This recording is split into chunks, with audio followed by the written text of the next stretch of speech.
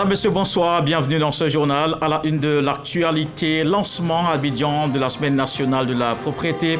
Les populations sensibilisées sur la nécessité d'un cadre de vie agréable et sain.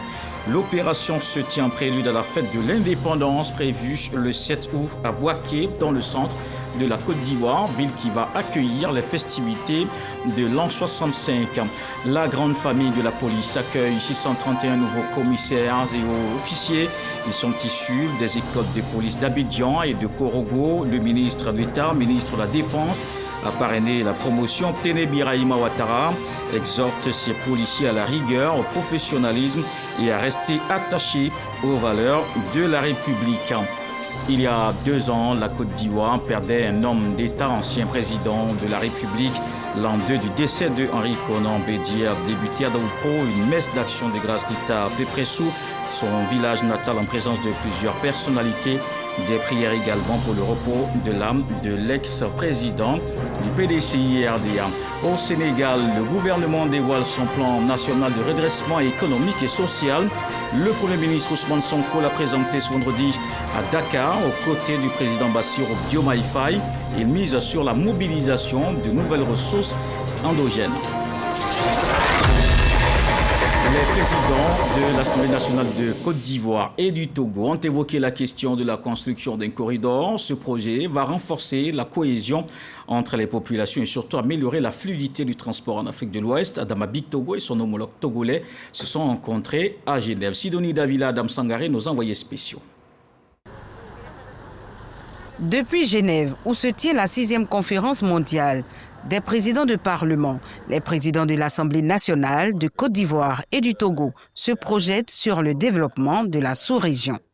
Ils se sont accordés sur la nécessité de mettre en place un cadre de concertation en vue de la réalisation d'un ambitieux projet, le corridor régional. Donc il s'est agi essentiellement de comment travailler ensemble avec mon collègue pour que les 5 pays concernés, il s'agit du Nigeria, du Bénin, du Togo, du Ghana et de la Côte d'Ivoire, comment ces présidents d'Assemblée nationale peuvent collaborer pour plus de fluidité sur ce corridor. Et voir dans quelle mesure la diplomatie parlementaire pouvait appuyer déjà ce que l'exécutif met en place pour faire fonctionner véritablement sur un plan économique et même au-delà, en termes de mobilité de nos populations, ce corridor. En effet, nous avons discuté de la mise en place d'un cadre de concertation relatif au corridor qui permettra non seulement la fluidité, la mobilité donc, des marchandises, la mobilité des personnes dans ce nouvel ordre économique et géopolitique qui est en train de se définir. C'est un grand ensemble qui viendra donc renforcer la CEDEAO. Parce qu'un grand ensemble se nourrit de petits cercles concentriques. Et c'est ce qui rend fort un grand ensemble. Dans les jours à venir, les équipes techniques du Togo et de la Côte d'Ivoire se retrouveront pour engager les premiers travaux préparatoires liés à la mise en œuvre de ce projet structurant du corridor sous-régional. Et sur place ici, l'actualité, c'est l'an 65 de l'indépendance. Le 7 août se prépare activement.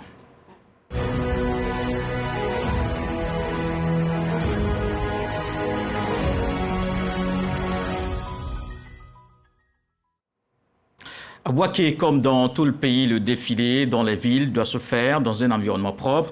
La Semaine nationale de la propriété est donc lancée à Abidjan. Les populations sont exhortées à y contribuer, à prendre soin de leur cadre de vie. Le reportage de Grace Kando. Plusieurs membres du gouvernement au parc urbain d'Akwedo dans la commune de Cocody. L'ancienne décharge a été transformée en un espace vert aménagé. Les travaux sont exécutés à 98%. On était exposé à beaucoup d'odeurs, des mouches par-ci, par-là. Aujourd'hui, vraiment, la vie renaît à cause de la fière allure et c'est vraiment une joie pour nous. Nous disons donc merci au président de la République. C'est lui qui a pris cette volonté politique de fermer cette décharge. À proximité de ce site, le lancement de la 9e édition de la Semaine nationale de la propriété, ce en prélude à la fête nationale. tout est symbole. Avant d'aller vers la fête de l'indépendance, il faut qu'on nettoie autour de nous. On fait la peinture de nos maisons. On enlève la saleté pour que la fête soit plus belle. Akouédo, c'est l'exemple concret qu'avec la vision du président de la République, avec le gouvernement travaillant de façon solidaire, on peut transformer une poubelle en vitrine. Aujourd'hui, nos caniveaux sont pleins d'ordures ménagères. Il est possible de sortir de cette situation. Le ministre Bouaké Fofana a salué l'engagement de la ministre d'État Anne-Désirée Ouloto pour avoir été le précurseur de ce parc urbain bâti sur une superficie d'environ 100 hectares. Elle présente les bienfaits de cet espace. Akouédo rayonne aujourd'hui. Akouédo vit. Il vous appartient de faire vivre ce magnifique parc urbain, de créer un environnement de sécurité, de paix, de vivre ensemble, de cohésion, pour que les Ivoiriens viennent se ressourcer ici. Et je suis sûr que dans cette belle forêt en gestation, on aura aussi quelques magnifiques animaux. Une cérémonie marquée par la remise de plusieurs dons aux populations du village d'Akouédo, notamment du matériel médical, une ambulance, du matériel de salubrité et des équipements de bureau. Un environnement propre donc pour le 7 août, une date où les forces vont défiler à Bouaké, ville retenue pour marquer l'an 65 de l'indépendance de la Côte d'Ivoire. 4 900 personnels des FDS et 550 engins sont engagés. Lassina Doumbia, le chef d'état-major général des armées, fait le point de l'organisation pratique. Cet événement veut mettre en lumière la communion entre l'armée et les populations. Souleymane Donissongo. À la salle générale Lassina Doumbia de l'Hôtel des Armées, à l'état-major des armées. L'heure est à la prise de dispositions pour la réussite de la célébration de l'an 65 de l'indépendance de la Côte d'Ivoire. En compagnie du chef d'état-major de l'armée de terre, le général des divisions Dem Ali et des chefs des divisions, le chef d'état-major général des armées, Lassina Doumbia, s'entretient avec les journalistes. Il s'exprime sur l'organisation pratique des festivités qui se dérouleront à Bouaké sous les thèmes « Forces de défense et de sécurité, gardiennes de l'espérance et de la fraternité ».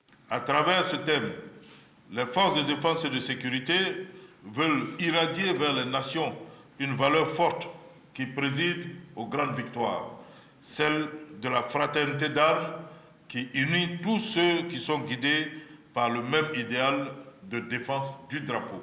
Le chef d'état-major général des armées souligne les articulations de cette commémoration. Pour ce qui est des activités, l'état-major général des armées qui organise le volet militaire des festivités en a retenu 3. La retraite au flambeau, qui aura lieu dans la soirée du mercredi 6 août sur certaines artères de la ville de Bouaké. Un défilé pédestre aérien et motorisé sur l'avenue Renpokou qui jouxte le stade de la paix de Bouaké dans la matinée du jeudi 7 août. Et une journée découverte sur l'esplanade du nouveau stade de Bouaké dans l'après-midi du jeudi 7 août. Répondant aux questions des journalistes, il note quelques innovations au cours de la présente édition. Il s'agit, en clôture du défilé des troupes, d'une fresque chorégraphique qui représentera les spécificités des 5 zones géographiques de notre pays, la vitalité de notre jeunesse et une projection sur l'avenir. L'objectif est de montrer la force que constitue la diversité dans la construction de notre nation. Une autre innovation à cette célébration est la journée découverte. Il s'agira de permettre aux populations de retrouver dans l'après-midi, aux abords du nouveau stade, les soldats et matériels qu'elles ont applaudis le matin. Elles pourront donc approcher les équipements, interagir avec les troupes et assister à des démonstrations diverses, dont des sauts en parachute. Ce défilé enregistre la participation d'armées étrangères, dont les États-Unis d'Amérique, avec une garde au drapeau constituée, la France, avec une 50aine d'éléments, et le Maroc, avec une 100aine de personnels militaires. Une manière de redynamiser la coopération militaire avec les pays cités. Un comité d'organisation est mis en place, constitué de toutes les forces et autres entités pour la réussite de l'événement. Il est prévu 3 répétitions sur les lieux à partir du 3 août. Et cette ville de Boaké qui verra défiler toutes ses troupes et les engins est un pôle économique. La zone industrielle et son fleuron Gonfreville ont longtemps symbolisé le dynamisme économique du centre, mais les années de crise ont fragilisé son tissu industriel, laissant les usines que finalement comme souvenir. Aujourd'hui, un vent de renouveau souffle sur le site porté par une nouvelle dynamique, témoignages croisés d'anciens ouvriers, de nouveaux entrepreneurs et d'habitants encore attachés à l'âme industrielle de la ville de Boaké. C'est un reportage de Jean-Luc Bangbo. À Boaké, derrière les murs modestes d'une maison d'Aouniansou, l'émotion tient en quelques clichés. Nana Akwe Ngoran, chef de ce village, devenu quartier, déroule l'album d'une vie. Vous voyez que j'étais très jeune. J'étais très jeune. Vous voyez, j'ai commencé là-bas depuis 70. Pour Nana Akwe Ngoran, Gonfreville, c'était plus qu'une usine. C'était la fierté de Boaké. Gonfreville avait un bon monde. Je ne peux même pas dire si je mens, mais seulement la société était la plus grande société d'Afrique de l'Ouest, si on veut le voir. Mais vous savez qu'au fur et à la mesure, tout se dégrade. C'est ce qui est arrivé. Avec la crise qui est venue, rentrer dedans encore, ça a perturbé tout. En Renault 4, une voiture d'époque, Kwasi Blaise revient lui aussi sur les lieux de sa jeunesse. L'ancien cadre des ressources humaines de Gonfreville nous reçoit devant le portail rouillé de l'usine. Quand on sortait, quand on dit voilà les travailleurs de Gonfreville, tout le monde était content. Mais aujourd'hui, non, ça fait plus d'un an que FTG est fermé. Est-ce qu'on se pose la question, comment est-ce que ces hommes-là vivent? Il faut que Gonfreville, si on réhabilite Gonfreville, ça fait, on était 5000 personnes, hein, quand moi il est rentré en 78. Mais avant qu'on ne parte là, on était combien? On n'atteignait même pas 100. À quelques kilomètres, Triturave, ou ce qu'il en reste. Ici aussi, l'émotion ressurgit dans le regard d'Ibrahima Kane. Eh Dieu, voilà aujourd'hui notre usine qui est devenue comme ça. C'est de la société Triturave était là avant. Maintenant, c'est Oleo Industrie Côte d'Ivoire qui, juste depuis 2016, a arrêté toutes les activités de production. Donc, il y a plus de familles qui sont aujourd'hui dans la détresse, dans la souffrance. Ceux-mêmes qui sont partis à la retraite n'ont pas encore eu leur droit à indemnité de départ à la retraite. Une situation quasi identique que vivent les anciens travailleurs de tous ces anciens piliers de l'industrie à Boaké. Que le gouvernement fasse un clin d'œil sur les unités de production de Boaké. Et cela ne peut être fait que par un plan Marshall. Parce qu'un seul individu ne peut pas ressusciter Gonfreville. Un seul individu ne peut pas ressusciter Oléol. Ce cri du cœur, les autorités disent l'avoir entendu. À terme, c'est pratiquement une zone industrielle d'une superficie allant jusqu'à presque 1000 hectares qui seront mis à la disposition des industriels. Donc la volonté de l'État de Côte d'Ivoire, elle est clairement affichée. C'est de faire en sorte que Boaké, qui était une ville, je dirais, semi-industrielle, puisse redevenir aujourd'hui un hub sur le plan industriel. Parmi ces projets, des entrepreneurs qui croient au renouveau. Nous sommes en train de faire de sorte qu'on n'aille plus à Abidjan pour faire tout ce qui concerne les travaux d'ingénierie. On a toutes les machines. Voilà comment aujourd'hui, les jeunes gens sont en train de s'installer. C'est vrai que les opportunités qu'on a ici ne sont pas énormes comme à Abidjan, mais il faut dire que les opportunités, il y en a. Tant que quelqu'un en cherche, il va en avoir. Les opportunités sont multiples. Boaké n'a pas oublié ni ses luttes, ni ses gloires, ni ses douleurs. Mais entre les murs rouillés d'hier, s'éventent les lignes d'avenir. Une ville au cœur industriel battant encore et rêvant à nouveau de lendemain productif.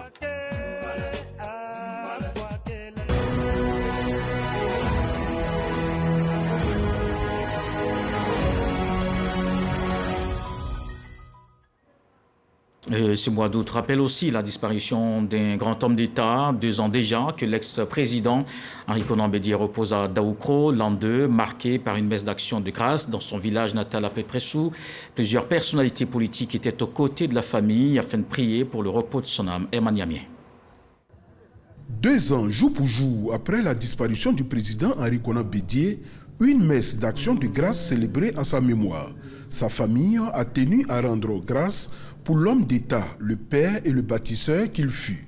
La paroisse Saint-Anon de Pépressou pleine à craquer à cette occasion, a réuni parents proches, autorités politiques, traditionnelles, ainsi que de nombreux fidèles venus de tout le pays pour rendre un vibrant hommage à celui que l'on surnommait le Sphinx de Daoukro. L'homme est multidimensionnel, tant il a fait pour ce pays, tant il a fait pour sa famille, pour sa communauté, pour ses semblables, qu'on ne finira jamais de parler du président Bédié. Avec la situation que nous traversons, nous sommes venus prier aussi pour qu'il prie de là où il est, pour nous orienter, nous inspirer, pour que le PDCI puisse continuer de bien vivre et de s'en sortir. Henri Konan Bédié, c'est un esprit, c'est toute une vision, c'est un esprit de paix, c'est un esprit de famille. En ce jour, nous sommes venus envoyés par son Excellence le président Alassane Ouattara pour venir commémorer la mémoire de son frère aîné, le président Henri Konan Bédié. Nous tous, nous savons qu'ils ont cheminé ensemble. Nous sommes venus donc saluer sa mémoire. Partout en Côte d'Ivoire, le président Henri Konan Bédié s'est incarné dans l'édification de la nation ivoirienne. Il a été un grand homme d'État. Il a servi la Côte d'Ivoire sans distinction de parti politique. C'est pourquoi aujourd'hui, son frère, le président Laurent Gbagbo, m'envoie pour honorer sa mémoire. La cérémonie a été marquée par une immense émotion entre chants liturgiques et témoignages empreints de respect. L'occasion aussi pour Monseigneur Jacques Asanvo Aïwa, archevêque métropolitain de Bouaké, de rappeler les engagements du président Henri Konan Bédié pour la paix, le dialogue et l'unité nationale. C'est pourquoi je voudrais qu'on lui dise merci. Merci pour son engagement, non seulement au service de ce pays, mais son engagement au nom de sa foi au service de l'Église. Au-delà du recueillement, cette journée fut aussi un moment de rassemblement, car à peu près 2 ans après son départ, le souvenir d'Henri Konan Bédié reste vivant, profondément ancré dans la mémoire collective. Autre chose dans l'actualité, 631 nouveaux commissaires et officiers ont reçu leurs épaulettes. Ils sont issus des écoles de police d'Abidjan et de Korogo. 8 sont de la République du Congo. Le ministre d'État, ministre de la Défense, était le parrain. Téné Birahima Ouattara exhorte les policiers à la rigueur et au professionnalisme. Le reportage de Souleymane Dodisongo. Cette remise d'épaulettes aux récipiendaires témoigne de la reconnaissance de la patrie et atteste de la considération constante de la République. Au terme d'un parcours scolaire qui n'aura pas toujours été facile, mais que des encadreurs chevronnés et rompus à la tâche, quotidiennement galvanisés par des directeurs d'école eux-mêmes, exagérément dynamiques et professionnels, ont conduit à la réussite. Devant famille et proches, ces présents lauréats mesurent la nouvelle responsabilité qui les engage, surtout à quelques mois des échéances électorales. Votre discipline républicaine et votre neutralité seront des marqueurs décisifs de la crédibilité de notre démocratie. Soyez donc des artisans de la paix. Soyez des gardiens de la stabilité et des symboles du vivre ensemble. Parrain de cette promotion baptisée Dignité, Honneur et Engagement, le ministre d'État, ministre de la Défense, Téné Birahima Ouattara, s'adresse à ses filleuls. Chers élèves commissaires et officiers stagiaires, les exigences de la fonction évoluent, tout comme les réalités de commandement. L'autorité ne se décrète pas, elle s'incarne. Elle se manifeste par l'exemplarité, la rigueur morale, la capacité à écouter, à fédérer et à faire adhérer. Soyez des repères, des guides, des chefs justes, fermes et profondément humains. Ils sont au nombre de 137 pour le corps des commissaires de police et 494 pour le corps des officiers de police. Sur ces effectifs, on dénombre 11 élèves officiers et 8 élèves commissaires de police congolais. Et d'autres sorties de promotion, 343 élèves officiers sont en fin de formation à l'Académie régionale des sciences et techniques de la mer. L'ambassadeur Claude Saï représentait le ministre directeur de cabinet, Fidel Sarasoro, parrain de la 36e promotion. Ces hommes et femmes formés au métier de la mer ont été invités à contribuer à relever les défis d'un secteur en pleine évolution. Donald Conan, Régis Kofi, Ulrich Thibault. Sortie officielle de la 36e promotion d'élèves officiers à l'Académie régionale des sciences et techniques de la mer à Yopougon. Après plusieurs mois de formation répondant aux standards internationaux, ces officiers sont prêts à prendre le large. La cérémonie de sortie de la 36e promotion des élèves officiers de l'ARSTM est l'occasion de faire le bilan, de présenter les perspectives et de célébrer nos meilleurs élèves. Ces élèves qui, à travers les compétences acquises, contribueront à l'animation du secteur maritime, portuaire, logistique, industriel des pays du Golfe de Guinée. Baptisée du nom du directeur de cabinet du président de la République, cette 36e promotion a reçu de sages conseils de la part du parrain. En vous engageant, vous renouvelez et vivifiez l'espoir de voir notre continent relever les défis futurs, car la vraie libération de nos économies passera par la maîtrise des multiples enjeux et exigences de l'industrie maritime internationale. L'Académie régionale des sciences et techniques de la mer est un vivier de talents dans le domaine maritime et portuaire. Sa contribution dans cet écosystème est saluée par le ministère des Transports. Félicitations pour votre dynamisme et votre capacité à perpétuer les traditions de cette école tout en la conduisant vers l'adaptation au contexte nouveau et la capacité à faire face aux défis du secteur maritime en perpétuelle mutation. Passation de la barre, remise d'épaulettes, distinction des majors de promotion, suivi de défilés traditionnels, des étapes qui ont marqué cette cérémonie. Disons bon vent et bonne mer aux diplômés. On quitte la navigation en mer justement pour la route avec ces appels incessants au civisme. La semaine nationale de la sécurité routière est en cours. Les transporteurs et les usagers sont appelés à la vigilance, surtout en période de pluie. Ils doivent veiller au respect du code de la route. Frédéric Gorebi, Jean-Marc Djadji, Zakaria Traoré. Informer et éduquer sur les comportements à adopter sur les voies publiques pour éviter les accidents. Progression de 14% selon les statistiques de l'année 2024 du ministère des Transports. C'est l'objectif de la célébration de la 30e édition de la Semaine nationale de la sécurité routière. Placée sous le thème « Conduite par temps de pluie, quelles précautions prendre ?», cette édition a été l'occasion pour les organisateurs de rappeler les règles du code de la route à observer en cette saison pluvieuse. Quand il pleut, le risque d'accident est multiplié par 2. L'essentiel du message que nous avons eu à leur donner, ce sont ces précautions-là. On a développé tout ce qui concerne la visibilité, que ce soit les essuie-glaces, l'état des pare-brises, le balai même de l'essuie-glace, les feux. On a rappelé quelles dispositions il faut prendre pour avoir une bonne adhérence. Parce que là, il s'agit de freinage pour éviter le phénomène d'aquaplaning avec ses conséquences. Pour les responsables de la compagnie de transport visitée, cette sensibilisation tombe à point nommé. Le geste du gouvernement en notre endroit est juste et noble parce qu'il y va de la vie des personnes et on leur remercie pleinement de nous avoir donné cette opportunité de quand même nous exprimer. Depuis 2024, le nombre des victimes décédées dans les accidents de la route publique, AVP, reste une situation préoccupante pour les autorités étatiques. Celles-ci multiplient les campagnes de sensibilisation avec pour objectif la réduction drastique du nombre de victimes. On s'intéresse à l'activité postale. Le ministre de la Transition numérique et de la digitalisation, Ibrahim Khalil Konaté, était à la direction générale de la Poste du Côte d'Ivoire. Il fait le point sur les engagements pris en faveur de la société et les actions concrètes engagées depuis des mois. Un cadre de dialogue sera mis en place afin de faire face aux défis dans le secteur. Amidia Rassouba et Ulrich Thibault. La Poste de Côte d'Ivoire continue sa mue vers ses objectifs premium, celle de la relance de l'entreprise. Ibrahim Khalil Konaté, ministre de la Transition numérique et de la digitalisation, a échangé avec les acteurs de ce secteur. Au cœur de ces assises, le point sur les engagements pris en faveur de la Poste de Côte d'Ivoire et les actions concrètes mises en place.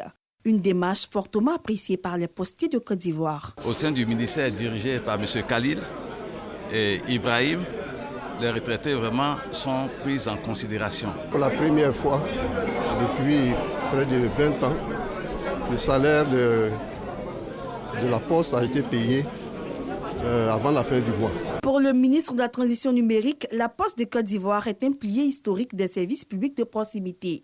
Ces derniers temps, elle a connu plusieurs avancées majeures. Nous avons obtenu de son Excellence, Monsieur le Premier ministre, mener des discussions avec la CNPS et la SIGRAE pour que ces structures injectent des ressources dans la poste de Côte d'Ivoire, de sorte qu'à ce que, dans le cadre donc du plan de transformation, nous arrivons à mettre les filiales.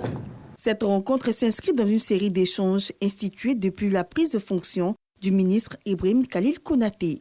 Elle vise à créer un cadre de dialogue permanent avec les structures sous tutelle afin de faire face aux défis structurels et conjoncturels de ce secteur. En politique maintenant, hier, Awa Dombello a annoncé sa candidature à l'élection présidentielle d'octobre. Pour lui, c'est une candidature de précaution. Dans la foulée, son parti, le PPACI, l'a démis de ses fonctions de vice-président exécutif en charge des lacs et de la promotion du panafricanisme. Ce 1er août marque le début de la semaine mondiale de l'allaitement maternel. Une semaine pour encourager les mères et les futures mamans à donner le lait maternel aux bébés. C'est l'un des moyens les plus efficaces de garantir leur santé.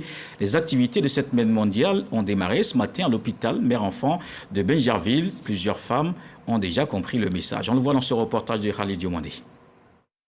Confortablement, blotti dans les bras de sa mère, ce nourrisson reçoit bien plus que du lait, aussi de l'amour et les premiers fondements nutritionnels pour sa santé. Depuis la naissance de son fils, Solange a fait le choix de l'allaitement maternel exclusif. C'est ça seulement qu'il prend.